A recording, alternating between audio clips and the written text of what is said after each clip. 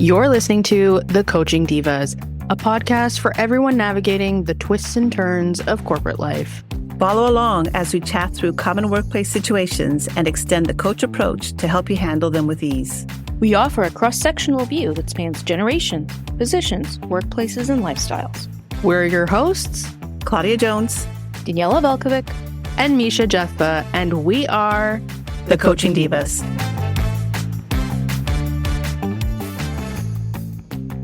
Welcome to The Coaching Divas, where career evolution meets personal revolution. Today, we're diving head first into that messy, magical moment where your title changes, but your brain hasn't quite caught up.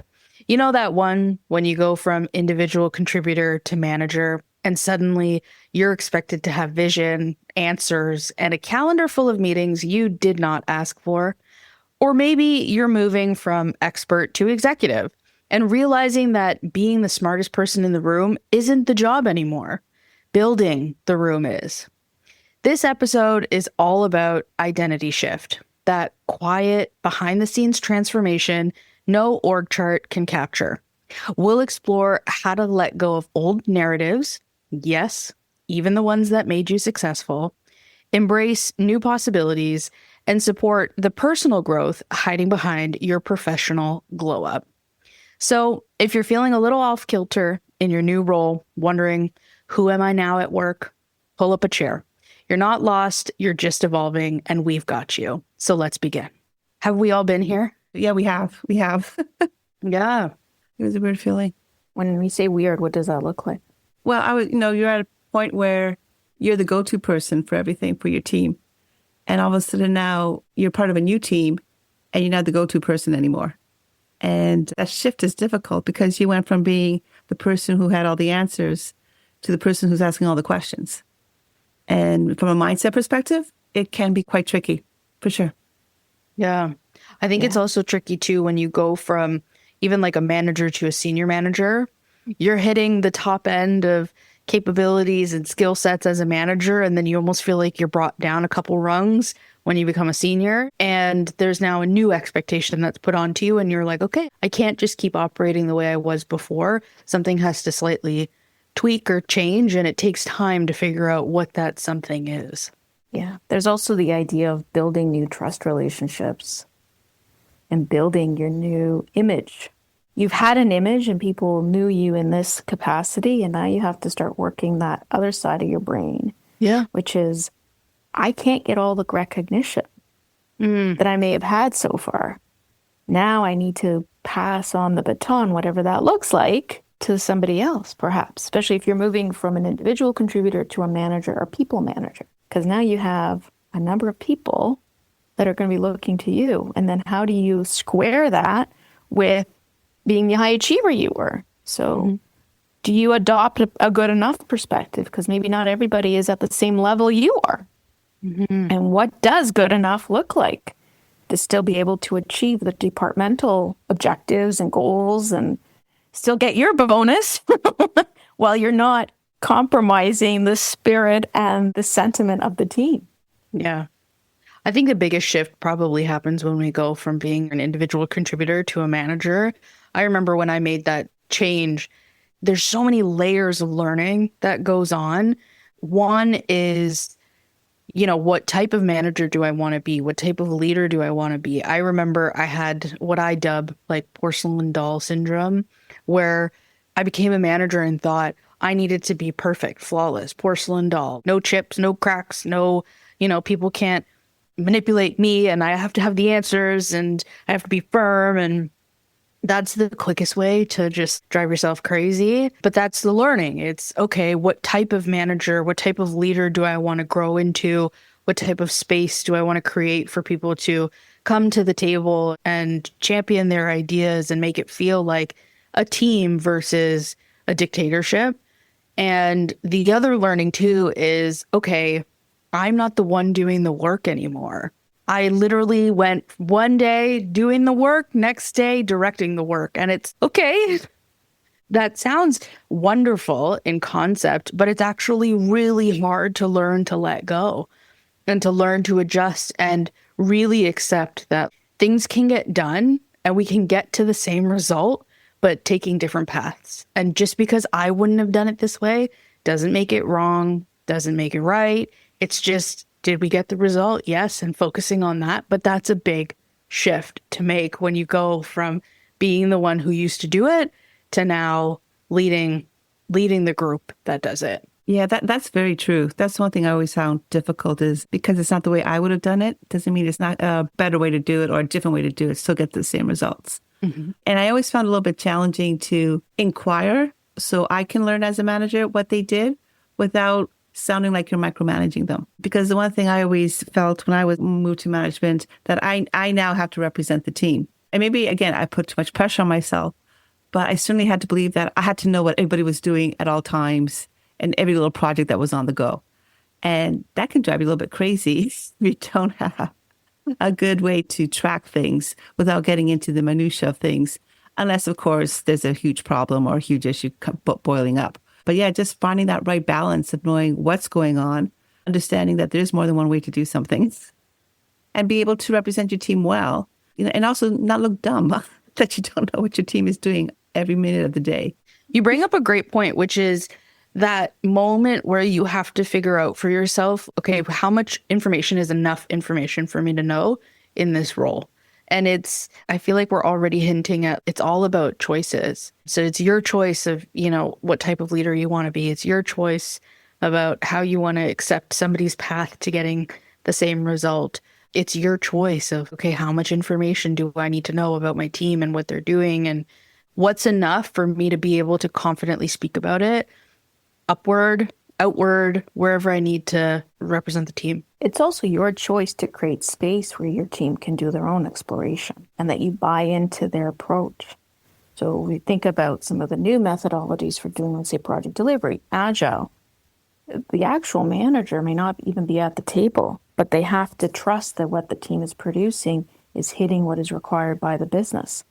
And if you were the individual contributor, now you have to let go. And I think Claudia used the word micromanager. So control. You have to let go of control. And what does that look like for you as that new leader?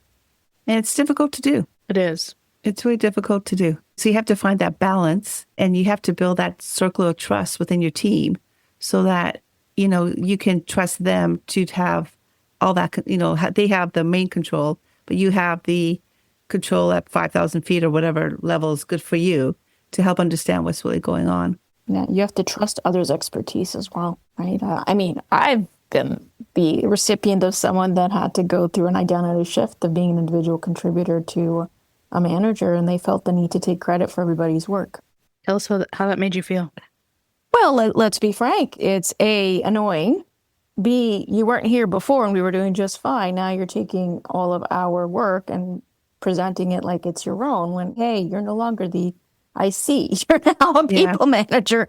Create the space that we can execute together, right? And it really goes against the principles of teamwork and enabling everyone to shine. That's interesting that the person who moved into the management role felt need for them to take credit for everything. Whereas I always felt when I moved into those roles, all of a sudden, any credit I had received as an IC, all of a sudden, I wasn't getting any credit for anything at all anymore. My team was getting all the credit. And I was getting good job. Your team is really great. So I'm not exactly sure what credit I was getting, but I certainly wasn't taking the credit for the work being done. It was the team was getting the credit. And I almost had to take a step back and kind of push, my favorite child ahead type of thing, right? Mm-hmm. But this taps into Misha's comments earlier about a choice. Yeah. As you figure out what your identity is, what choices are you going to make? Though you'll be sent on all sorts of leadership courses and communications courses and people manager courses. And obviously the company views you as something that is to strive for success, right? Mm-hmm. Because you've been targeted as a future leader and as a people manager. What are you going to do with all that's been shared with you? And how are you going to apply it in such a way that your identity isn't being compromised for the sake of the people that you're leading? So to me, this really leads to that misalignment between who you are on the inside and how you present yourself on the outside. That internal struggle that's going on all the time. I'm sure you're really frightened inside, trying to decide which choices to make. Kind of go back to your point, Daniela, about who do I want to be as a manager, But you can't show that conflict externally, but internally you're probably churning away, churning away, churning away. Yeah, you're a duck on a pond, right? You look so Yeah, majestic, you're just cruising along, but underneath you're paddling like yeah, crazy, yeah. trying to figure it out, trying to, swim upstream. Yeah. What I would suggest is a tangible practice. If you are put into these positions, let's say you're leading a new team or you're becoming a new people manager, do a stakeholder assessment. Who are the people that you are going to be working with and influencing? And think about, let's go back to basics. How do you interact with each of them so that your own identity still shines, but you support what they need as well? I think another aspect to that too, which kind of alludes to what Claudia was talking about in terms of I used to be an IC, I used to get the recognition. Now it's, hey, your team's amazing. And you're kind of left to be like, okay, great. The higher you go, the less feedback you get, the less praise you get. And so I think another aspect too is when you make those shifts and you move into those new positions, it's really grounding yourself in what do I need to feel recognized and being able to ask for it or advocate for it in the right forum. So for an example, I remember when I became a director, it's like crickets up there. You're like, are you driving results? Yes. Is your team like, there's no problems? Great. Silence. There's no feedback. There's not a lot of dialogue around how you can be improving. And so sometimes you have to seek it out. I would ask my leader at the time, I'm 6 months into the role. Can we do like a quick informal check-in? How am I doing? Where can I be focusing more? As a director, where do you feel like I need to be flexing a little bit more or, investing more time in a certain skill set? And so I'm seeking out that information versus just no news is good news. And so sometimes you have to seek that out the higher you go. So true. If you allow me to pivot a little bit, because we talked about moving from an IC to a management role, so we're talking about promotions. What about when you get demoted and almost demoted in place? I'm going to use the example of I was part of a pretty large acquisition. My company got acquired by somebody else. I still kept the same title. I still kept the same role. But all of a sudden now there was 1 or 2 extra layers of executive above me. So my access to the CEO, my access to the senior VPs wasn't the same anymore. And I wasn't part of the leadership team. I'm now part of a departmental leadership team. And all of a sudden I didn't have the clout, the influence I used to have. But nothing changed with me. All of a sudden now things around me have changed. And so now I have to kind of redefine who the heck am I in this new organization, because nothing changed for me. But my standing, let's say, has certainly changed. Have any of you experienced that? I would say that's similar to any reorg that someone's gone through, where departments either get collapsed or they get expanded. Often an SVP takes acquisition of another VP or another AVP's area. And now you're a small fish in a bigger pond. Maybe they take away some of your team. Maybe they give you 1 or 2 people that are very junior because you're no longer in that structure. I think that's a very common identity shift, but I don't think we think of it as an identity shift. Yeah, maybe we don't. I don't think I've seen it identified in that way, but to me, that's huge because then you can no longer see yourself in that same window as you did before.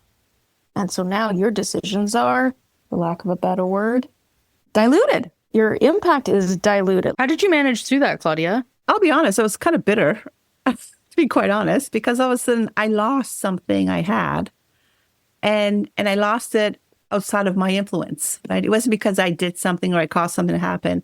Something was done to me and it made me a little bit bitter. Certainly, meeting with my peers who were kind of in the same position as to what that looks like, meeting with my manager, my first direct manager, because his role didn't change. And what does that all mean? And how do we do it? So, we definitely had, some new meetings to get to know the new executive and try to do ways to get to know them, do a little, which I always hated, like these dog and pony shows where you have to kind of demonstrate, what does your department do? And so you kind of put together PowerPoint presentations with always the fear of the back of your head that if I don't demonstrate that I am a valid piece of this organization, me, my department, or some of my team could actually be cut out, because that's what happens certainly when it comes to acquisitions, right? They scale down things. And I always have that fear in the back of my head. So Yeah, it was a bit, and just find a way to work through it, build a team around you, and just make sure that your manager has your back, really. And make sure, again, it's now be part of the bigger team and make sure that, you understand who the new kids in the schoolyard are. Try to play it that way. But it wasn't easy. It took time. What was the timeline that it took? 3, 6 months easily just to kind of figure out, who's new at the zoo. But yeah, it takes some time. Don't think it's going to happen overnight. But meanwhile, you're seeing other groups either shrinking or layoffs are happening. And it's quite concerning. So you have to, again, be your best self, represent your team well, and get your name out there in a positive way as best you can. Try to make yourself invaluable. Yeah. I've had a little bit of a light bulb go off just listening to our conversation here. And I think there are so many facets in which our identities get challenged in the work environment. And it's actually not just when you are in one organization and you go from level like 1 to level 2 to 3 to 4. It could be, to Claudia's example of, you've essentially been demoted in a way, or you've had responsibilities stripped away from you, but you keep the same title. You have more layers now above you.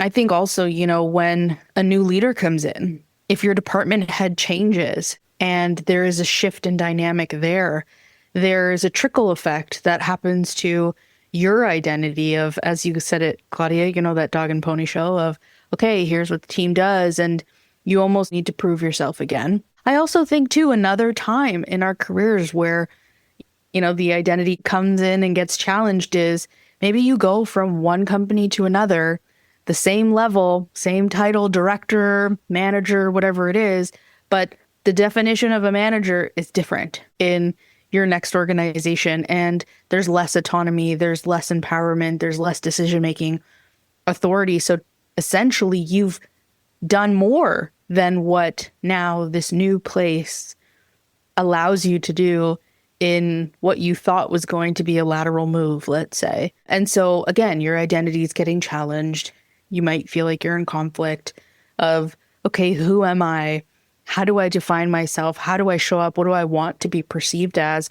And so I think the light bulb's gone off for me to say that there are actually so many times in our careers where that identity of who am I or who do I want to be at work gets challenged.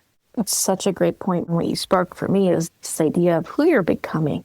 Rather than who do I want to be and what do I want to do, it's who am I becoming in this new identity? And how am I going to incorporate that becoming as a new way of looking at my own capabilities and my own presence with those that I impact?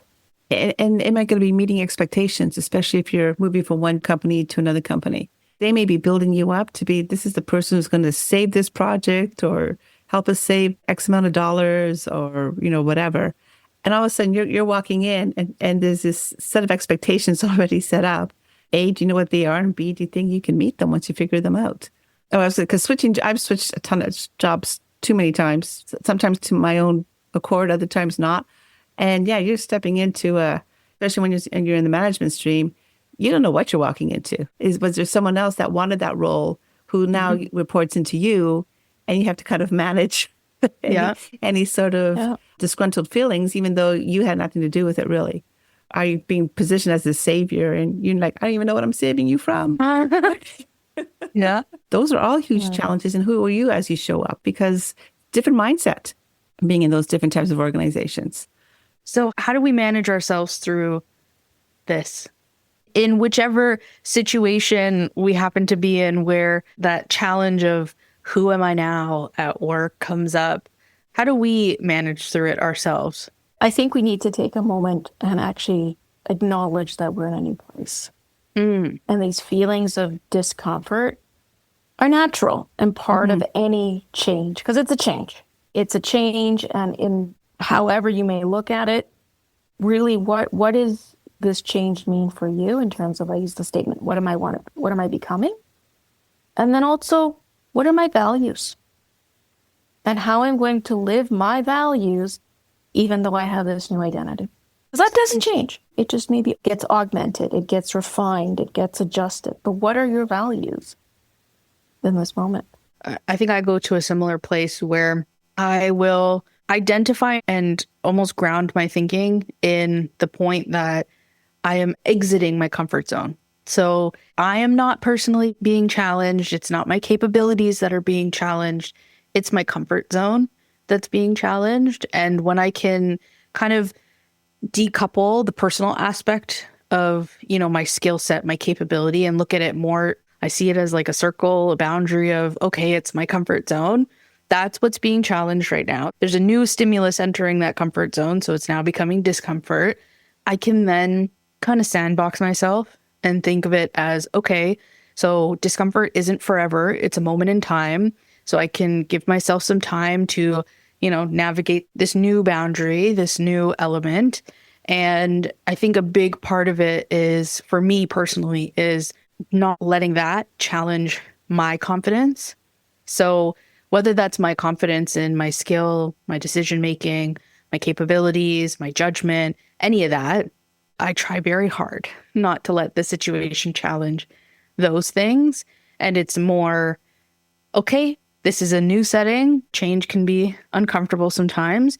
And so how am I going to allow myself to navigate through that, control what I can and disregard what I can't, and then power through it? Yeah. And I would say through all that too, make sure that you're happy with who you are becoming. Kind of to what the two of you already said, to a certain point, kind of take a step back and take a look to see, who is that person and how does that impact the values I have inside, and how is that showing up for me outside? Because if I'm becoming whatever, and that's not the real me, you need to be uncomfortable to change and to grow. There's no question about that. But are you growing in the direction you want to grow and continue to grow in that direction? Every organization has its own culture. And are you happy moving that direction, or do you want to try and do a little bit of a shift and maybe try and help shift the culture? So it's a bit more of who you are and the values that you have, you're bringing them along, and there's no misalignment of your values and the person that you are becoming. The other thing could think about is, I always refer to as a start, stop, continue, but just in preparation for this session, I came across an interesting way of looking at it. Let go, keep, embrace. A reflection exercise to actually consciously define, what are you going to let go of your previous identity? What do you want to keep? And what do you want to embrace as part of your new identity? And go through that reflection activity to, for one, identify if you do have a discomfort, but two, also recognize what's no longer serving you. So regardless of what the shift has been, whether it's you're promoted, you've been part of an acquisition, a merger, a reorg, people are being let go, what can you do in terms of that context? Let go, keep, embrace, and actually, celebrate perhaps all the great things that are coming down the path, even if this discomfort, whether it's a result of you having been amazing and moved into a new role, or things have happened to you, but allows yourself to really, I'll use the word, ground yourself in where you're at in that moment. And maybe come back to that every so often to re-examine that reflection and redo it. That might be something else to consider. I like that. It's a good idea. The other thing that's come top of mind is reframing, what does success look like now? What is good leadership? And what does impact actually look like? And depending on the situation you're in. Because perhaps there is a different tone and a different way of being. And I think we've kind of touched on both of what you've kind of mentioned, but maybe there's another way to look at success as well that's no longer anchored in what you knew before. It's funny, as I hear you say that, and I will actively say this is not a sales pitch. However, there is a point where, when we talk about, let's say, going from expert to executive, where there is such a large shift that needs to happen in your presence, in how you define success, how you want to show up, things like that. These are some of those career moments where, and again, not a sales pitch, having a coach, having someone in your corner that can help you through it and help uncover what it is you want to do and to be and show up as, it helps. You know what it really does? It really helps to have a person who's not engaged in the same activity. So it's all wonderful to have a mentor, have an advisor within your organization, but they're in the midst of it as well. So you may be jaded by their perspective as well as to how they're viewing the situation. So again, not to pitch, but Misha, to your point, having a set of eyes looking at something a bit more objectively may help you open up and just kind of have a different lens, a different way to look at this thing and be more a fly on the wall as to what's really going on in the situation. Yeah. And to really help you extrapolate what you want versus having ideas placed into your head, which sometimes happens with a mentor or an advisor versus with a coach, having them ask you the questions to really pull out and uncover what it is you want to be. Mm-hmm. Yeah, because sometimes you may not be aware of it until you say it out loud. And by saying something out loud makes it real. No, and this is exactly tapping into the coach approach, right? Because ultimately, through coaching, you're also able to explore all of those different aspects to who you're becoming. Some things that have come up for me that you may also want to think about asking yourself is, where are you playing small when you've been moved from A to B? And also, how do you want to lead in a way that feels like you and not like someone else's template? It's all about choice. You get to choose. Yeah. And I almost wonder, and this is just me, again, coming to revelations in my own brain as we're talking through this, is it really identity shift, or is it my identity is who I am, my values, my way of being? And in me going into these new experiences, it's me adapting who I am and what makes me great in this new experience. So maybe it's not an identity shift, but maybe it's an experiential shift. And leaning into all of what I know as not being forgotten, but adjusting. When you mentioned that, Daniela, it kind of brought me to what else is going on in my life, in my personal life. Am I burned out? Am I disengaged for some reason? And how does that show up for me when I'm at work too? Am I a different person if I have some crazy life experiences going on behind me? I show up differently. Who am I as a person then? And how does that come forward as well? It's not mutually exclusive.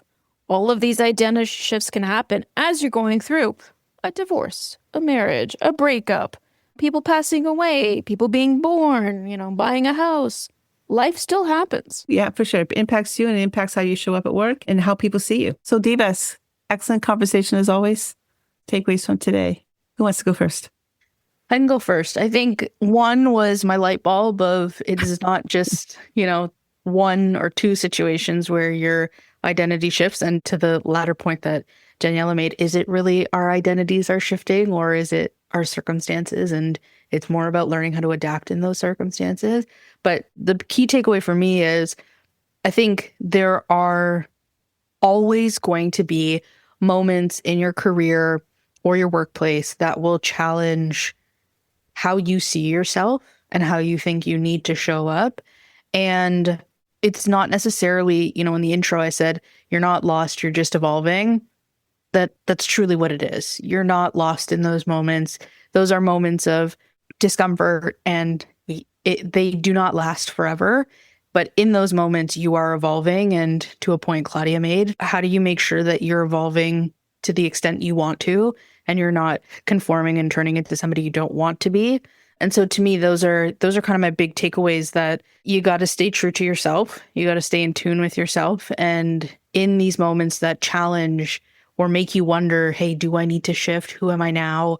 It's grounding yourself in what you know and allowing yourself to evolve into what you want to be. That's awesome.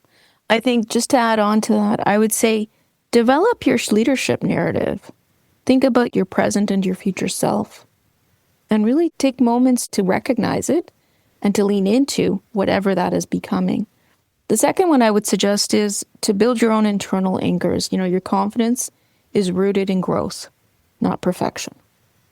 So lean into that growth as your main North Star, and also celebrate your milestones in becoming and not just actually doing the work. Think about yourself as becoming a great leader, becoming a great people manager, becoming a great strategic thinker. That's what I would suggest. Yeah, that's great. And if I could just tag on a little bit to that, Daniela, I would just say, be kind to yourself. No one's expecting to be perfect. You do the best you can. And yeah, you're not going to be able to hit the road running. It's a huge shift for you. It's a huge shift for the people around you. So be kind to yourself. It's okay to make mistakes. Just figure out a way to recover from them, and everything will be okay.